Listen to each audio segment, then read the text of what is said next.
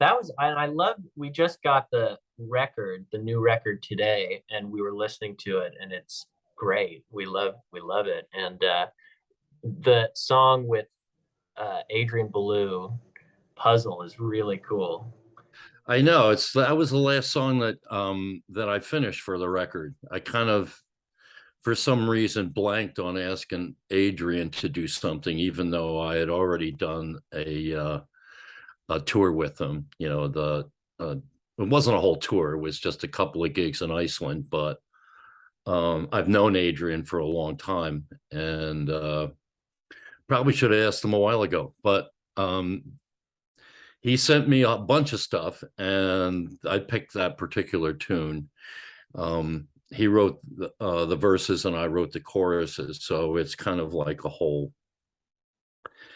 two sides of the coin kind of thing. He's the sad one, and I'm the hopeful one. Yeah. Yeah, because I was wondering if on because with the track that we did, it was so we just sent it, once, Just and we music. didn't really have to do a lot of back and forth. So I was wondering if the other tracks there was a lot more like you send something, they send it back, kind of like. Yeah, well, what you sent me was fairly complete. I mean, it had all the instrumentation on. I just added some other things and vocals and stuff. But yeah, a couple of the tunes evolved, kind of slowly. Like the Neil Finn song. What he sent me was a very rudimentary demo. And it was mostly just, I think there was a little bass on it, but it was mostly this whoop, whoop, whoop, whoop keyboard all the way through it. And so I built a whole arrangement for the song, Mhm. moved some things around and stuff like that. And we kind of did a lot of back and forth because I, wanted his approval. He re-sang it. Um, yeah, that one went through several iterations. Some of the other ones I think were, well, like the one that I did with the Roots. That's actually from quite a while ago, a project that we were gonna make a whole record, and it was gonna be like a sort of an R&B collaboration, and I wanted it to be like funny. I thought that there wasn't enough music like Frank Zappa used to make, where it was just, odd, funny, very musical, but odd topics and things like that. And so we got about four songs in, and Quest, he wanted to do something more serious. So we lost a little bit of steam on that. Yeah. But I think it's possible at some point we may finish that record. That would be a whole other release. So Godiva Girl would be like a peek at that. And yeah, some of them were, some of them were a lot of work, and then some of them were mostly work on my part. Like the song with Steve Vai, it just took me forever to figure out what it was about, because it had such an epic nature to it. It couldn't be just a regular, some conventional topic. And so I finally came up with, I just envisioned Greta Thunberg in like a jumpsuit and cape flying over the Amazon. And I wanted somebody to do like an anime for a video to go with it, but I don't know if that's going to happen. Yeah, that track was cool. I was wondering if that started out as an instrumental. It's got so many chords, you know. Yeah, he sent me like 22 or something different ideas. Some of them were long, some of them were short. And I don't know, this one frightened me when I first heard it. I said, this is really like big, and it's going to take a big idea to go with it.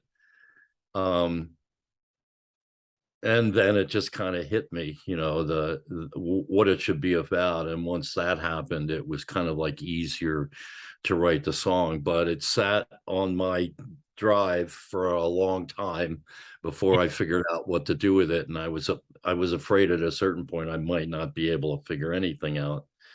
um, but Steve was happy with it, and so that made me happy. And Yeah. now we make the world happy with it. Yeah, I was wondering about the one that you did with Rick Nielsen too, STFU. Like, because that's a really lively track, you It's know? lively and it's obscene. it's um I asked Rick a long time ago. I loved working with Cheap Trick. They're just really fun to work with, and they always have great songs, and they always play them with brio, and so they're great to work with. And I wanted something from Cheap Trick, some sort of collaboration. Right. And I saw Rick in Puerto Rico as it happened. We were both doing one of these music cruises, and they were like the headliners. But the way it worked was the boat went from Miami to San Juan, and then Cheap Trick flew to San Juan, did 2 shows on the boat while it was still in port in San Juan, and then they flew home.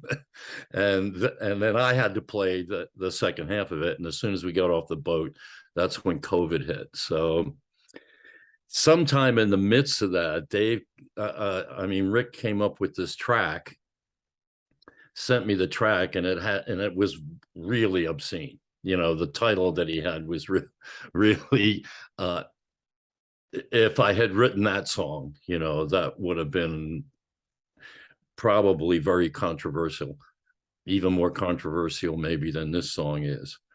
But Rick told me at the time that, happy-go-lucky Rick, who was always joking, had been in kind of a bad mood. He was angry, as we all kind of were over what happened during those 4 years. So I thought I would take that anger and channel it, because I was, equally angry about the same kind of things. And it was kind of like a Genevian screaming session. It was therapy in a way, just being able to scream. Yeah. Yeah.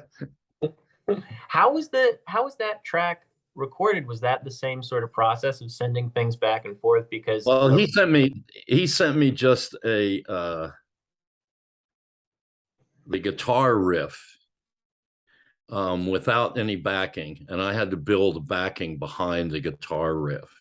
yeah, Uh, it was something of an arrangement. I kind of an arrangement, because he only sent like the idea of it. It wasn't a whole song, but it had, intro and a breakdown and a sort of and a chorus. So I expanded that to a whole song length, and added the rest of the instrumentation, and then screamed my guts out on yeah. Did any it. of the songs kind of originate from the White Knight stuff? Because Well, the one rap song on there by Narcy was kind of it wasn't a leftover. It just didn't get finished in time for the record. Mhm. Uh, I wanted a certain kind of voice on it, and it just I found a rapper, Narcy, from Montreal. He's actually, I believe he's Iraqi, and it just, he wanted to do it, but it just took him a while to get it done. And so by the time it was done, it was too late to go on to White Knight. So it was actually sort of the beginning of Space Force. yeah. And are there like songs left over from this? They or may Not so many. There were potential collaborations that never came together. I I I talked to Shirley Manson about doing something, and she was into it, but I couldn't find something that, really appealed to her. Um, Kind of the same thing with Iggy Pop. He um, said he would consider it, but I couldn't find the thing that turned him on. So maybe someday, I'll get back to that. But I don't think my next record is going to be so collaborative. yeah, It's I've sort of exhausted that for the time being. Does that kind of make you, so it kind of does make you want to be a little bit more insular, working with other people? Because I feel like I have that thing. Yeah, you just go back and forth. Yeah. You do one thing, Yeah, and then you want to do your own thing, and then you get lonely. lonely. Yeah.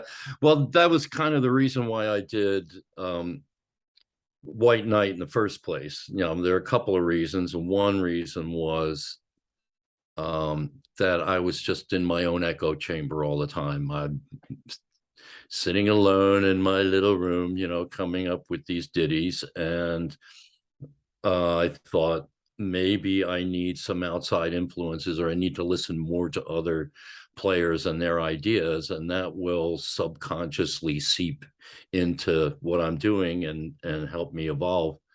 So White Knight was kind of like halfway there, because I did most of the writing on White Knight. There was some collaborative writing, and I sang the lion's share of it. But on this one, I decided that I would give my collaborators more of a voice and let them guide it more. And that's why I asked you guys, and I asked whoever I was working with, if they had some idea that they were at first excited about, and then they ran out of steam, or they couldn't find a place for it, or something like that. It happens with all kinds of happens to me. I get a kind of a half an idea, and then I can't figure out how to finish it. And so most all of the songs were demos or half done songs that people kind of had either lost interest in or couldn't figure out how to finish. And that was kind of the fun part of it. I didn't have to do a whole lot of writing. I certainly did some writing on the record, but I felt like I was more of a producer again, because I don't do as many productions nowadays, and a lot of it's because of guys like you. You get your own damn studio. Who needs me?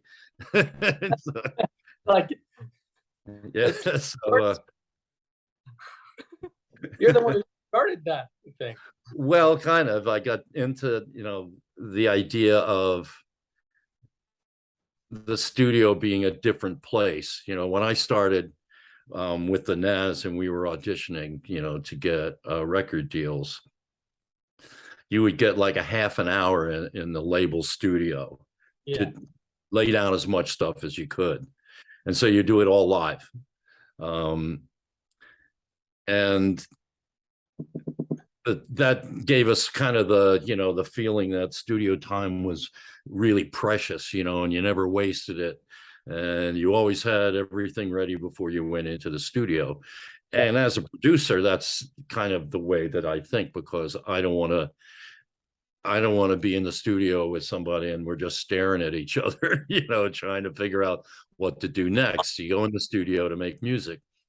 But the idea of using it as a compositional tool was not yet a regular thing. And so when I was doing Something Anything, I was working in the studio, and the thing about that studio, we did the Nas records there, and I did my first 2 solo records there. It was called ID Sound here in LA. And it was kind of a small studio, not hugely popular, so you could block book it. You could just say, I want the studio for the next 3 weeks. And so nobody else would come in and mess around, and I could come in anytime I wanted. So that made it a different experience than being on the clock all the time. And you got a 3-hour session, and then somebody else comes in.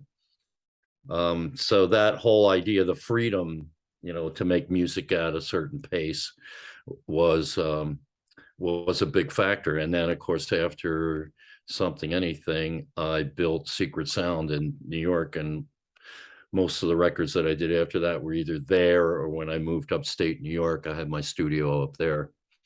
And that became the norm for me, which has always been the norm for you guys.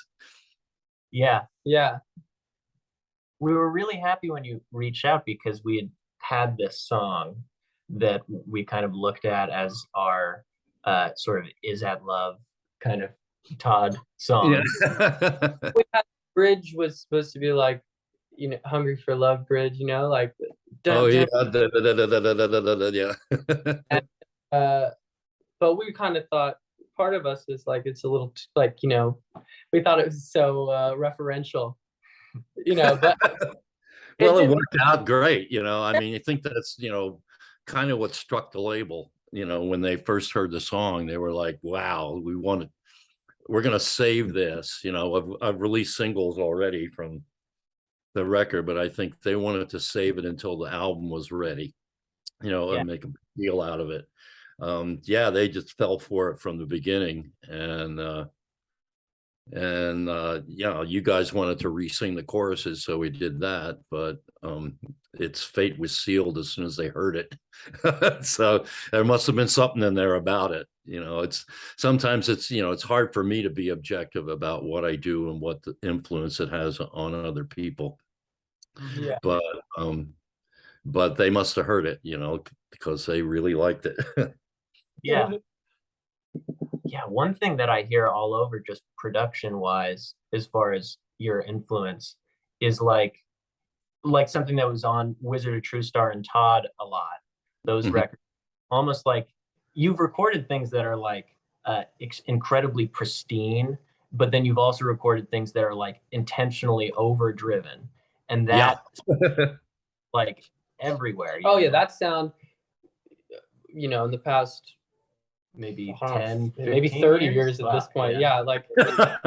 so people have copied that so much, I and mean, and now at this point, credited you yeah. with I mean, that. like the Tame Yeah, Impala all of that stuff. stuff, of course, but then there's other stuff that's maybe not as obvious. And I but was trying it's to gotta think be. if that was in a lot of music before, because obviously like the intention was always more hi-fi, more hi-fi. But you were talking about the And the we were Kinks guy or talking whatever. about how maybe some of the influence could have come from like the early Who stuff, the Shel Talmy stuff that was like it wasn't intentionally overdriven, but it was just you could tell that everything Yeah, was they're so just loud.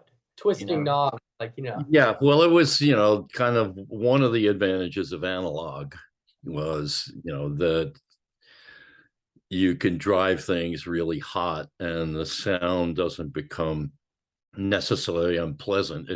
At first it's just a kind of compression, it doesn't distort the sound so much, but it does, make everything sound a bit hotter when you start to push it. And then of course there's different kinds of distortion. There's tape saturation and there's tube distortion in an analog chain and that sort of stuff.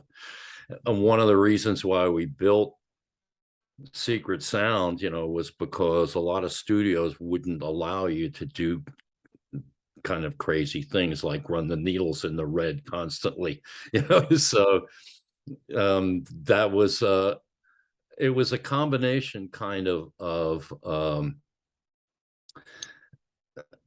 something that we were going for in terms of the sound, but also kind of things that we would find by accident because we didn't have the usual sort of rules. And, we would plug things into each other in ways that were kind of unusual. And yeah, again, there was that advantage of it since it was analog, it was kind of hard to make it sound nasty. yeah, Yeah. You could exactly. do it, you could do it, but yeah, I just loved it. Sometimes I would look at the needle on that 1176 compressor and pay more attention to that than to the sound. I would say it's not going to sound right until the needle is over here, like that, and so almost could do it by the look of the meters as opposed to just some particularly precise setting. And I think there are other processes that were used, especially in the early days, when you would bounce channels, that adds a certain thing to it, because there's there's a kind of crosstalk and there's a sort of feedback that's way up high when you start bouncing on analog tape. You know, they say you can't bounce two tracks that were next to each other because they would feed back. You know, essentially, you would get this squealing noise, you know, if you tried to bounce two adjacent tracks. So they would have to be at least a track apart. But even though they were a track apart, you know, that inharmonic sort of thing is still in there. So bouncing the track would add this kind of almost these phantom highs to it, you know, which is a sort of ringing that's happening between the two tracks, between the playback track and the record track. And, you know, it's not anything we thought about. It's just something that we got used to. You know, you get used to it. And you guys record analog all the time. So you kind of have experienced that, right? You know, the track that we did, you would bounce down the drums, I believe. Yeah, well, we you know, mostly do 24 tracks, so there's not as much need for bouncing, but I'll bounce just for the sound, you know, or I've gotten zapped many times by Michael trying to bounce adjacent track. Well, not trying to. I'm gonna do it, right?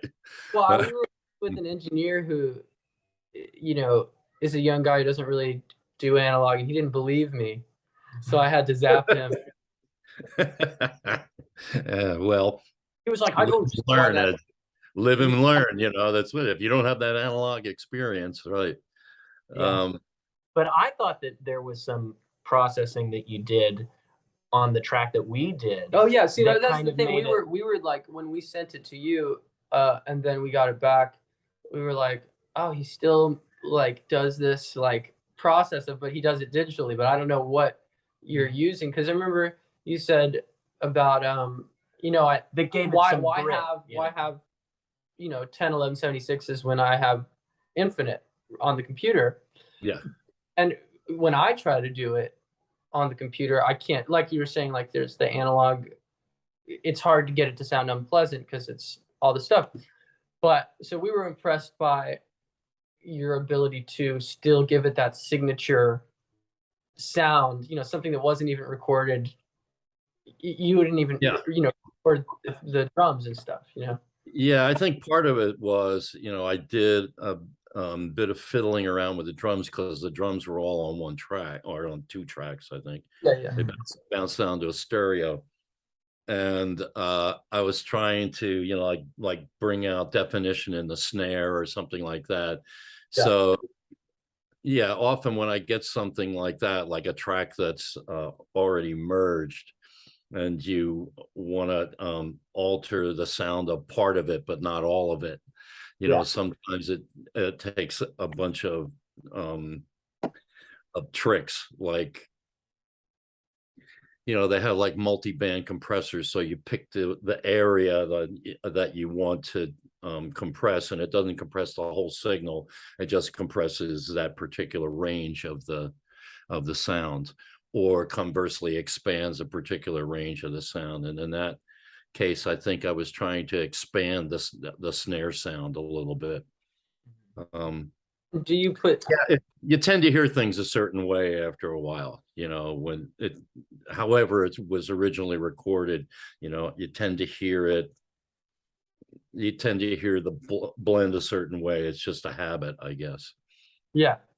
Well, and then did you also put, like, before the master, did you put some compression on the whole thing? Or I'm just curious about how you it sort of depends on the material, you know, and whether it's often just how loud you want it to sound. You know, compression tends to make everything sound a bit louder. You know, the things that are quieter are suddenly boosted up a bit. Usually it's just, I guess it's kind of a habit because it goes back to making vinyl records, and Cleopatra is still a label that does vinyl. As a matter of fact, it's why it's taken a year to get the record out, because, you know, Adele took all the vinyl. And and so now that it's finally coming out, when you're cutting for I haven't done a vinyl mastering session in like years, but somebody had to in Yeah. order to do vinyl version. And so what usually happens is you're just trying to keep certain spikes from occurring because they can cause the record to skip.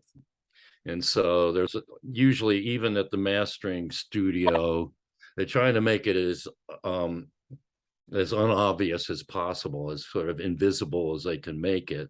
But at the same time, they're still doing that because a certain kind of a spike can make the groove too wide or too deep and then cause the record to skip.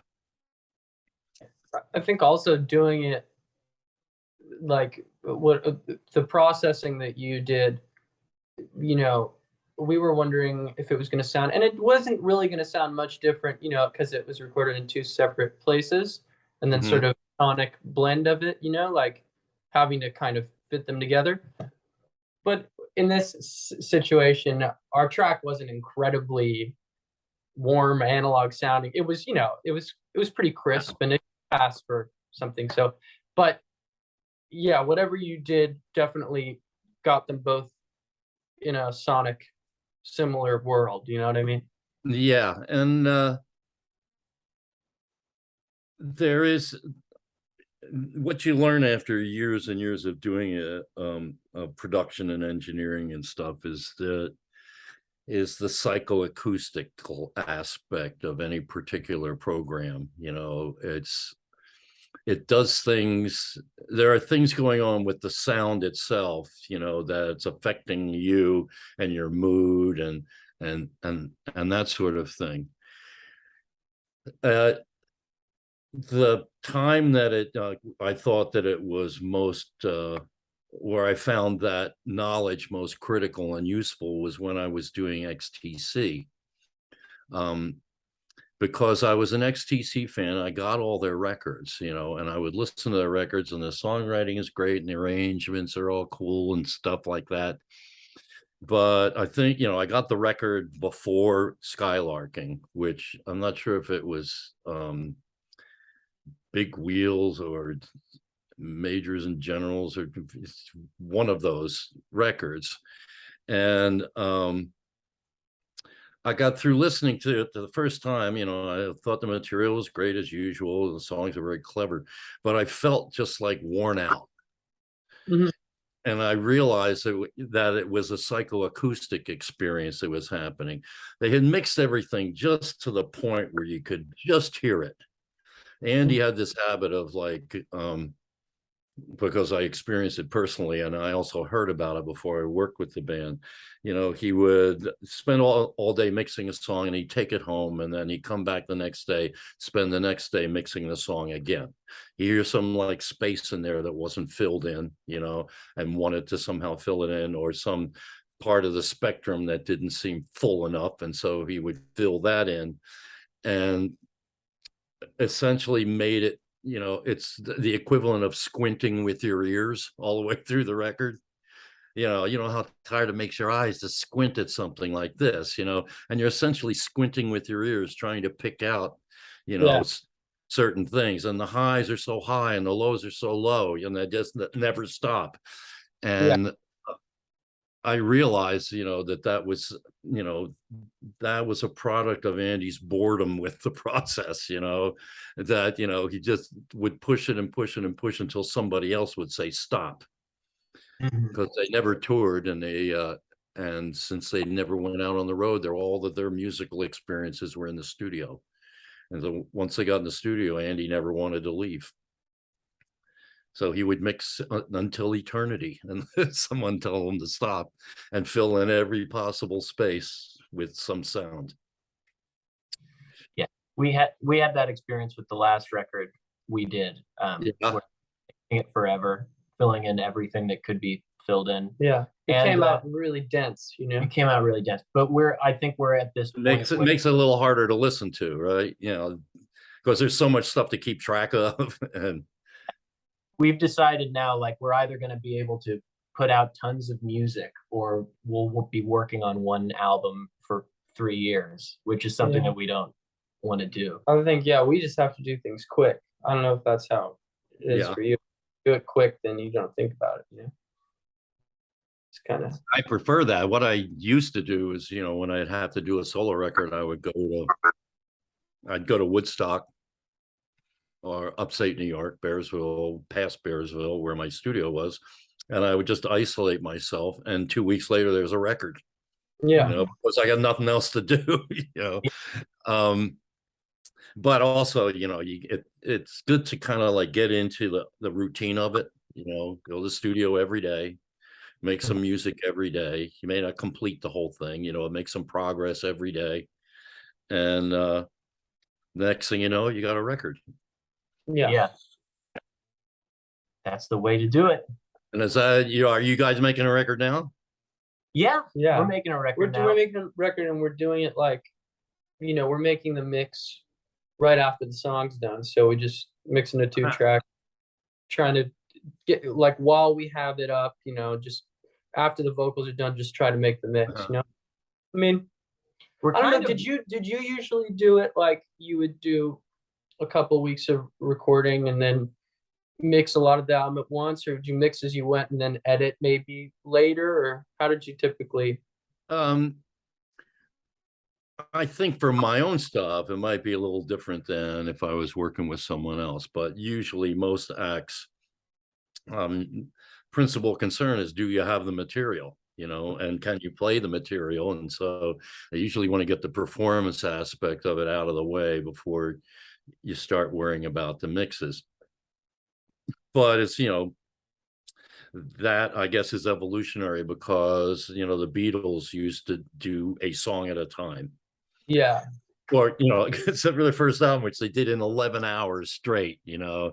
So they probably were just recording song after song after song, and then they mixed it afterwards. But as time went on, it seems like they came up with a song or two, and then they would go into the studio, mix the song,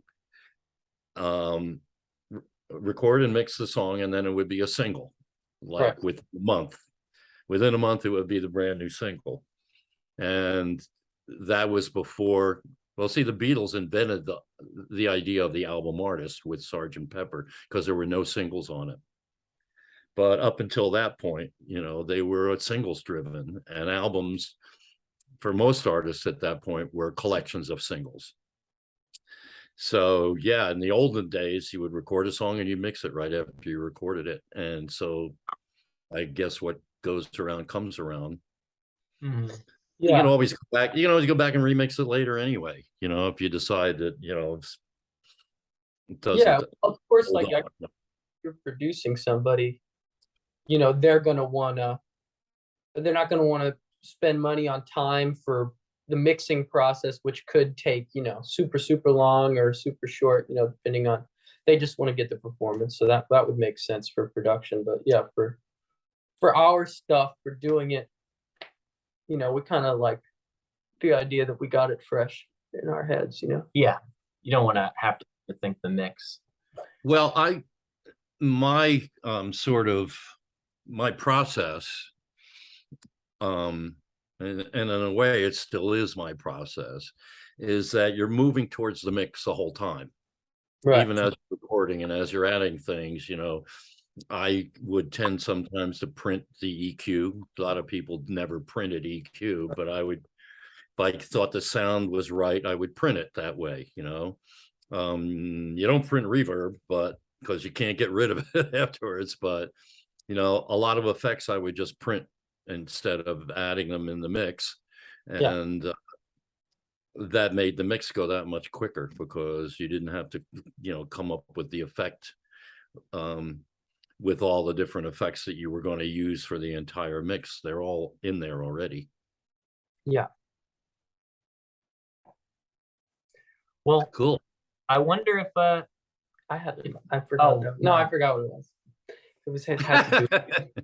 Good. It was. we'll email you the question. Okay.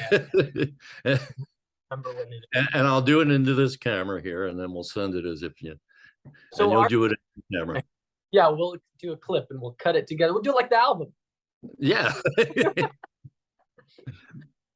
do you have a show tonight? I forgot you said already. I have a gig tonight. Yeah. In fact, Yeah.